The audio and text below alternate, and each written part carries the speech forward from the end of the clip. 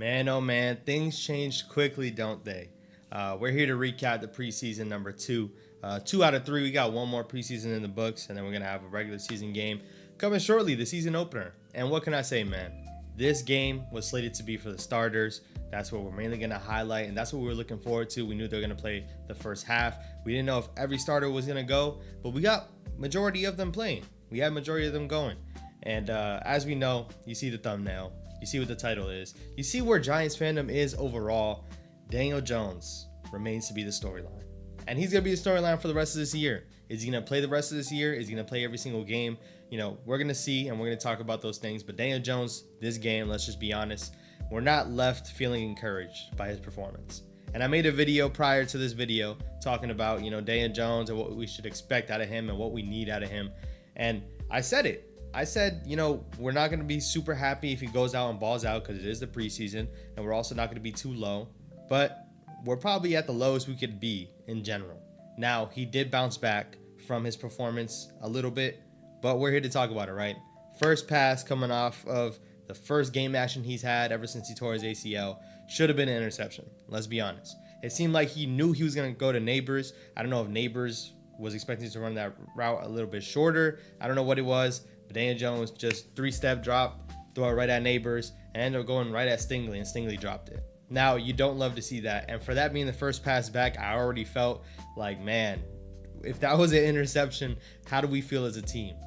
Obviously we're excited because we got a new weapon in Malik Nabers. We have a better offensive line. We have a lot of different pieces that we added that we're excited for. But if the Daniel Jones doesn't really keep the ball, not in the defender's hands, if he doesn't play well, if he doesn't continue to make those strides that we need him to in year six of Daniel Jones, and we're expecting certain strides out of him, this is going to be a long season, y'all. Because that's the first thing that came to my mind when that dropped interception happened. I was like, this is going to be a long season. So I will give him his props, though. He gave a good ball to Malik Nabers, and Malik Nabers tried to go up with one hand. He was actually getting his other hand held down. So he really couldn't go up with two. In the moment, I'm just like, use two hands. But, he had one hand held down.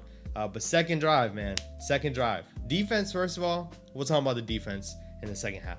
But second drive, Daniel Jones about to get sacked for a safety. He pumps the throw, and then he throws it, and it goes right into the defender's hand.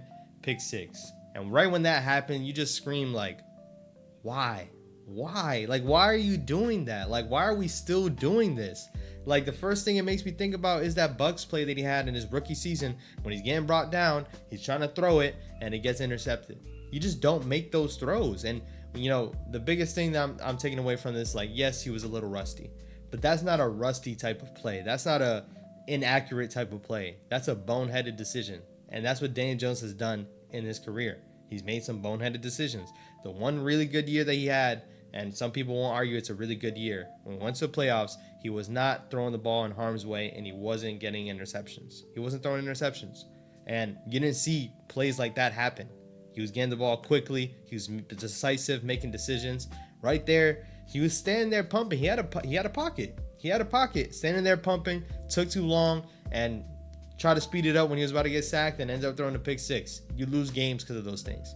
Now, it is preseason game, so yes, it doesn't count, but that's a bad decision, and you don't want to see a starting quarterback make that decision, especially when you have, speaking of this game, you have a year 2 CJ Stroud, and he looks super composed, super calm, and yes, Daniel Jones, once again, coming off of that ACL, but you don't make decisions like that. Mentally, he's not coming off of ACL, he's not, coming back from something that he hasn't touched a football in a very long time, just simple decisions like that, man. Second drive of the game, they're driving the ball down, interception to Derek Stingley, trying to give it to Hyatt. That one, I don't give him too much heart to harp on when it comes to that play, but you could argue if that's a better ball, that's not an interception. And it really is. Stingley was there. Stingley kind of had him blanketed a bit, and Jalen Hyatt had a little bit of a step on him, but you got to make it where only Hyatt can get the ball. As we know, there's a lot of quarterbacks in this league that you put it where only the receiver can get it, and the DP can't make a play on the ball. That throw was super inside of Jalen Hyatt, and not only super inside of Jalen Hyatt, but it wasn't outside shoulder. It wasn't deep enough. It wasn't anything. It was right on the spot. So you don't like to see those things, and those two interceptions sent everyone in a whirlwind. And I'm going to be honest once again.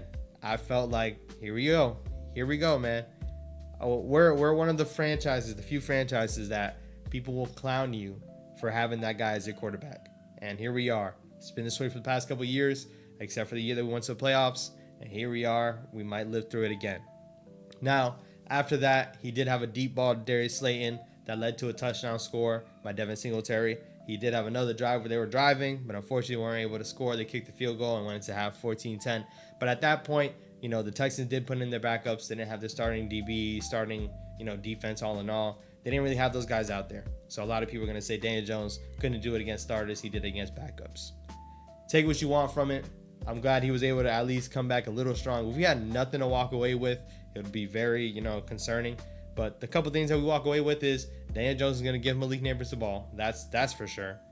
Darius Slayton still going to be on this team making an impact. As much as we love to see what Jalen Hyatt is going to do and, if he's going to split some snaps with Darius Slayton is still probably the second best receiver on this team. And let's be honest. He might be. Wan'Dale Robinson didn't get featured like that, but he's going to be a guy that's going to be in the intermediate game. All in all, I love what I saw out of the wide receivers. I love what I saw out of the O-line, which we'll talk about that in a second. But Daniel Jones, you got to be better. You have to be better. If we're going to be anything in this league, if we're going to be anything, in general for this season, let alone the next couple seasons, if Daniel Jones wants to keep a job, he has to be better. And I know it's year 6. I know second year of this big contract.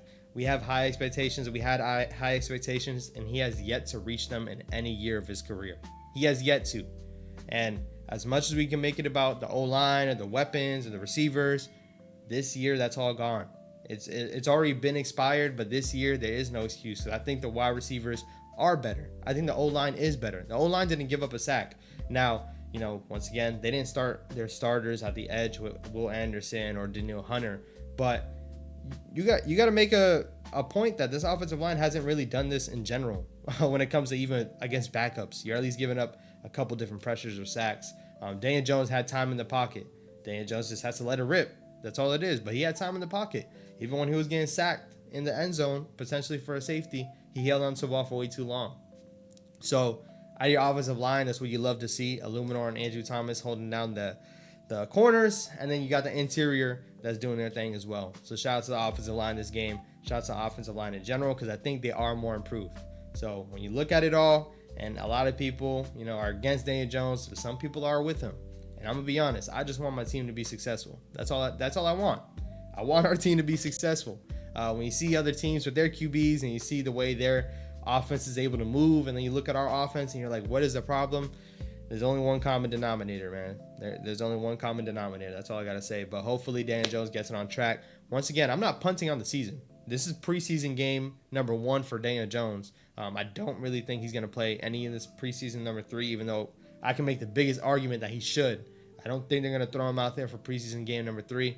But I will say, I want my team to be successful. If that requires Daniel Jones to play well, I want this guy to play well. Daniel Jones needs to play better. That's all it comes down to. He has to play better. So that's enough on Daniel Jones. Malik Nabers, man. His speed, first of all, this guy was supposedly coming off an ankle sprain that maybe they'll keep him out all the way to week 1. He played in this preseason game a couple days after this injury happened that everyone was worried. And Malik Nabers looked flawless. That first, I won't say flawless, but the speed was there. The cutting was there. And the way he sets up these DBs, he's 0 to 100 really quick. When you saw what he was able to do against Derek Stingley on that first drive where DJ gave him that good ball and, he went up with one hand and got hit, Malik Nabers lulled him to sleep and just hit the Jets and was able to run past Stingley. That's speed that the Giants hasn't had in a while. We haven't. And when you think about what he's able to do, not only on the outside, but on the inside, giving that little stutter step to these DBs really got them second guessing. They really do. And, it almost looked, once again, like I think about it in a basketball sense. If y'all watch basketball, you probably know what I'm talking about. LeBron James, when he's setting up for a 3 and he's doing that little slow dribble and it goes into a step back 3, that's how I look at Malik Nabers doing his little stutter step. Like he's literally barely moving at any speed and he's able to hit the Jets, chop it up real quick, and get past his DB or even break down into another route. I love to see that on Malik Nabers. And when you think about the other highlights he was able to make, that one high contested grab on the sideline, people are saying Daniel Jones overthrew that ball. No, he did not. He put it in the right spot for his wide receiver. If he know he has a guy that's out there that can only, if he's the only guy that can go up for that ball and come down with it, I'm throwing that ball 10 out of 10 as well. because the DB was right there on him. It wasn't like he had to step on the DB, and he was able to contort his body, come up with a high grab, and get the feet down.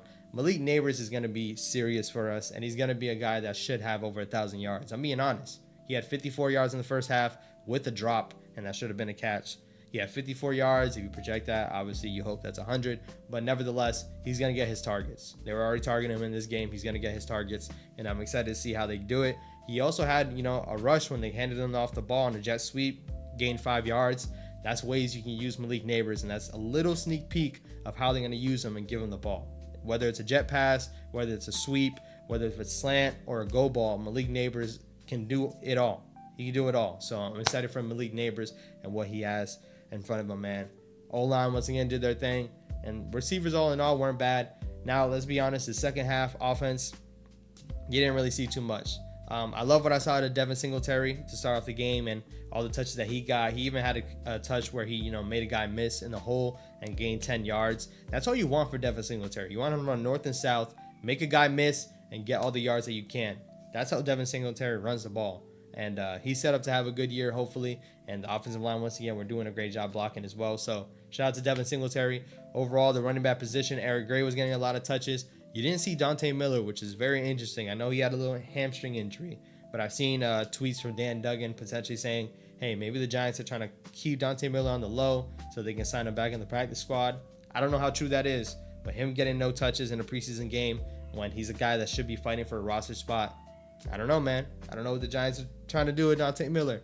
But all in all, once again, the second half with Tommy DeVito, it looked kind of lost. Especially against backups for the Texans. Obviously, there are backups as well. But Tommy DeVito is a guy that went out last year and won against starting defenses. I'm not going to say they were trying 100%, but some of these guys are trying to make this team. And second half, there was really nothing to talk about, nothing really exciting. And that's what preseason games are to you. Like last game against the Lions, it was exciting. We also won that game. But this second game, it looked like a preseason game. And it felt like a preseason game, unfortunately. Talk about the defensive side of the ball. Listen, we only had like 2 drives for Dexter Lawrence, Brian Burns, and KT all on the same field. And let's be honest, they didn't really get after the quarterback like that, except when they needed to. And they needed to turn up on a 4th down. I'll talk about that 1 4th down play. But all in all, that whole drive, they were kind of picking us apart. The DBs kind of weren't standing up for themselves. There was one play where Nico Collins definitely pushed off on Deontay Banks. So I can't get on Banks too much, but he pushed off of Banks and was able to get a big yardage gain off of that. But the DBs didn't look too hot, and the defensive line wasn't getting there because CJ Stroud was getting the ball really quick. He was getting it out. But that 4th down play where Dexter Lawrence bats down the ball, Brian Burns set up a clean spin move on that 4th down play. And when it comes to 3rd down and 4th down, pass rushers have to get to the QB. That's what you need. And you could see that Brian Burns was already setting that up that whole drive. He was setting it up for that specific down, and it worked. He hit that spin move off that lead tackle and got to CJ Stroud like this and got that QB hit. That's what you want to see out of our, front 4 all in all and our edge rushers. You love to see that you have a guy that's on 3rd down and he's going to be able to set up some type of move to get after the QB, whether it be the spin move, whether it be the finesse move, whether it be the fake. Get ready for the fake spin. It's going to come eventually. Brian Burns has that in his, in his little utility belt, man. He got that locked and loaded, so I'm excited to see Brian Burns in the regular season. But I love what I saw at the front 4, especially at the linebacker position. Micah McFadden, unfortunately, did go down. And that shows, man, our depth at the inside linebacker is kind of thin. I don't know what the update is on Deontay Johnson. He was walking around in a boot. But outside of Bobby Okereke, man, we still need a guy that's going to be there. Micah McFadden went down, but Bobby Okereke looked good as well. So all in all, man, Tyler Nubin got some snaps. Love to see what you see out of Tyler Nubin. Hopefully he continues to get first team reps, and hopefully he's starting by week 1. But once again, man, that first half and that first drive, the main takeaways is going to be Daniel Jones, the receivers, and the defensive line. That's going to be the things you focus on. But what can I say, man? Giants lose this game, but the storylines are still there. Daniel Jones got to play better. Let me know what you guys think down below, man. Where do you feel on Daniel Jones, this offense, and the Giants team overall? The DBs do look a little shot. And Gilmore just signed with the Vikings, so we'll be seeing Gilmore week 1. There's not too many DBs that are still out there. Adoree Jackson, if they liked him, he would have been on this team. So I think they're going to end up still signing a DB. whether it be on the waiver wire or another guy that's just not, practicing or playing right now. We'll see where they go, but they need another DB desperately, man. Y'all let me know how you feel down in the comments, man. Also, like up the video if you're new. Subscribe, man. Road to 10K still active. We're still here talking about Giants every week. So I'll catch you guys in the next one. And stay tuned for more updates, man. Peace.